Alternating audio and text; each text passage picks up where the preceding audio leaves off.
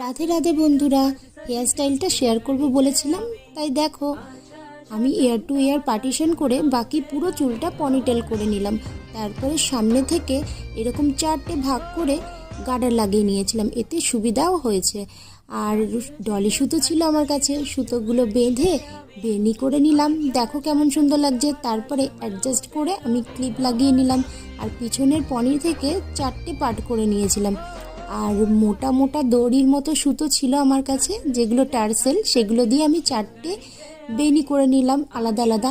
এরপর যেমনভাবে ঘুরিয়ে খোপা করি তেমন খোপা করে আমি ইউপিন দিয়ে সেট করে নিয়েছিলাম। তোমাদের ভিডিওতে তো দেখাচ্ছি, বুঝেই গেছো। আর কত সুন্দর লুকটা এসেছে, আর প্রত্যেকটার মধ্যেই কালারফুল যে রিবনগুলো মানে সুতোগুলো দেওয়া আছে প্রত্যেকটাই দেখা যাচ্ছে। আর খুব সুন্দর, এটা টিনেজার লুকের জন্য ভীষণ সুন্দর, এটা গারবা লুক মেনলি আমি করেছিলাম।